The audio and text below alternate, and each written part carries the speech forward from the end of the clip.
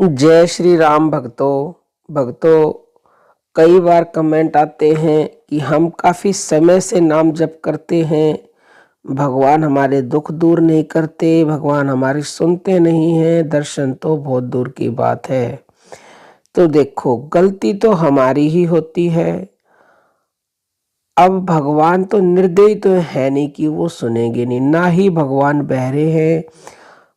हम उन्हें इस तरह से पुकारते ही नहीं हैं, इस तरह से हम रोते ही नहीं हैं उनके लिए कि वो आकर हमें स्वयं चुप कराएं और हमें अपने हृदय से लगा लें। देखो, बच्चा आपने देखा है छोटा, जब वो रोता है तो पहले माँ क्या करती है, उसके आगे कुछ खिलौने डालती है। बच्चा चुप हो गया तो ठीक है, माँ काम करने लग जाएगी। फिर भी चुप नहीं हुआ, फिर उसे उस खाने की चीज देती है, घर के दूसरे मेंबर्स को बोलती है कि उसको चुप करा दो। अगर कोई बच्चा ऐसा है कि वो खिलौने लेके, कुछ सामान लेके, प्रलोभन, वो होते प्रलोभन, वो लेकर अगर वो चुप हो गया तो माँ जो है ना, कदापि उसे अपने हृदय से नहीं लगाएगी। वो अपना काम करती रहेगी कि खेल रहा है। लेकिन कई बच्चे इतने जिद्दी होते हैं, इतने जिद्दी होते हैं, चाहे उन्हें खाने की चीज दे लो, चाहे उन्हें पैसे दे लो, चाहे उन्हें खिलौने दे लो, चाहे घर का कोई और मेंबर उन्हें चुप कराए, वो किसी भी सूरत में चुप नहीं होते हैं। उन्हें तो केवल माँ चाहिए। तो जब बच्चा चुप नहीं होता किसी भी तरह से, तो माँ तुरंत सारे काम छोड़कर उसके आंसू पोंछती है और उसे उठाकर हृदय से लगा लेती है, और जो उसे चाहिए वो उसी पल देती है। तो जिस दिन हम भी ऐसे ही रोएंगे भगवान के लिए, उसे पुकारेंगे, तो वो तत्क्षण आएंगे और आकर हमारे आंसू भी पोंछेंगे और हमें हृदय से लगाएंगे भी, और जो भी हमें चाहिएगा वो भी हमें उसी पल देंगे।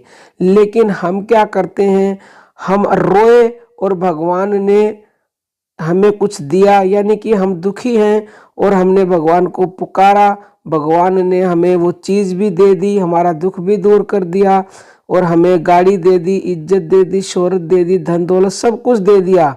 तो हम तो मतलब प्रलोभन में फंस गए, और प्रलोभन में फंस गए तो भगवान को भूल गए। तो भगवान ने सोचा ये तो इसी में खुश है, इसको इसी में खुश रहने दे, तो भगवान आते नहीं है। भगवान हमें चीज दे देंगे, चीज का मतलब ये है कि हम धन दौलत जो भी मांगते हैं वो हमें देते हैं। वो प्रलोभन होता है, उसमें हम फंस जाते हैं और भगवान को पुकारना छोड़ देते हैं।